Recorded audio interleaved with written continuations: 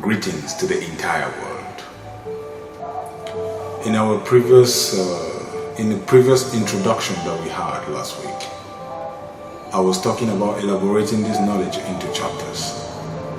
Today, before I begin the first chapter, I would like to make this very clear into your consciousness, into your mind, into your awareness. Before you start unfolding this knowledge, you should ask yourself this very, very important question. Who am I?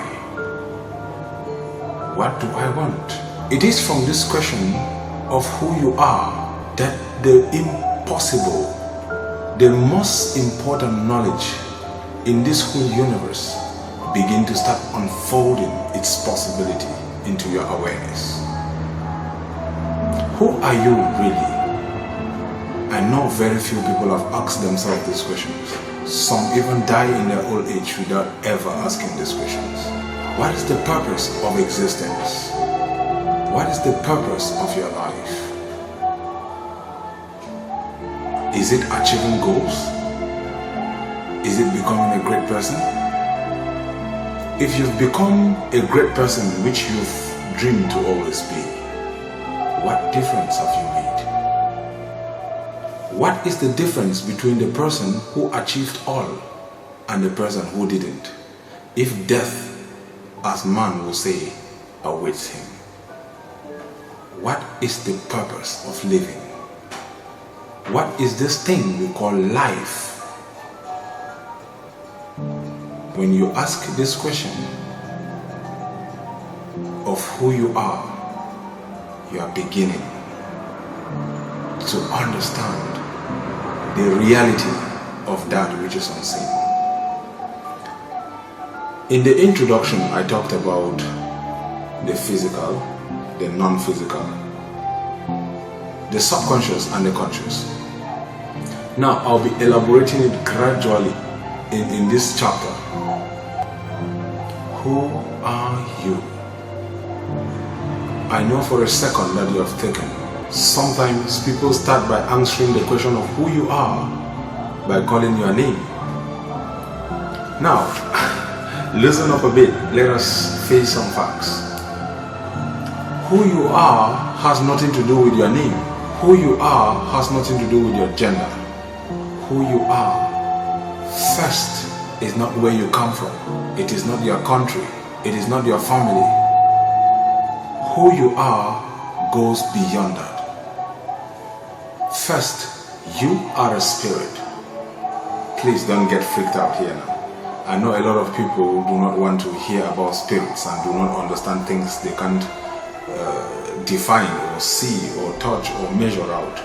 And that is where science have, in one way or the other, failed to give you the knowledge concerning God.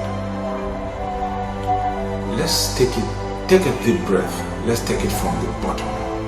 You are a spirit, non-physical, that has a soul living in a body. Now, to understand the question that many have not answered, you are a spirit, non-physical. I will start by giving you the characteristics of a spirit. A spirit has control. It possesses influence and the authority to cause effect on the mental, the physical, and the spiritual. I would like you to take it over again, but understand the word effect.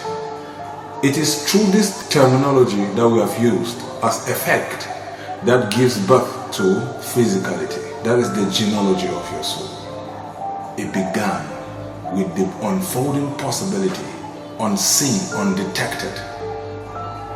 And that is the vastness of what we call the spirit. The birth of your personality starts by the effect that the spirit has caused, bringing forth the physical. That effect, it is what we call consciousness. Primarily the ego consciousness. That's the birth of personality. You are gender, your looks, your body is truly not the beginning of who you are, neither will it ever be the end of who you are. Your spirit, being non-physical, it means it has no characteristics of time. Your spirit is that which was, which is, and which will still be. There is only one spirit in this universe, and that is the Spirit of God, and that is the life force in you. I will say authoritatively, you are in another way God becoming conscious in the physical. If I should go back to religion, religion says God is He who was, who is, and who will still be. God was neither created nor can be destroyed. You go to science, you ask a scientist that what is energy. A scientist tells you that energy was neither created or can be destroyed, but can be converted from one point to another. These two terminologies, these two institutions, science and religion, do not agree. But at this one point, because of terminologies, it's just the same thing. Now you have understood who you are. We can proceed with this knowledge simultaneously. I will be explaining so much of what you call personality, the ego consciousness, why man behaves the way he behaves, why man has the things that he does have, and why the world is the way it is. Until you understand these things and take responsibility, knowing that you and your Father are one, the reality of that which we call God, you and God are one. Not 1 plus 1 making it 2. No. It is just the entity of the physicality and the spirituality existence as life. What I call parenting. I'll be explaining the nature of life like I introduced last week as parenting in the future chapters. Thank you for paying attention to this brief introduction to chapter 1. Gratitude.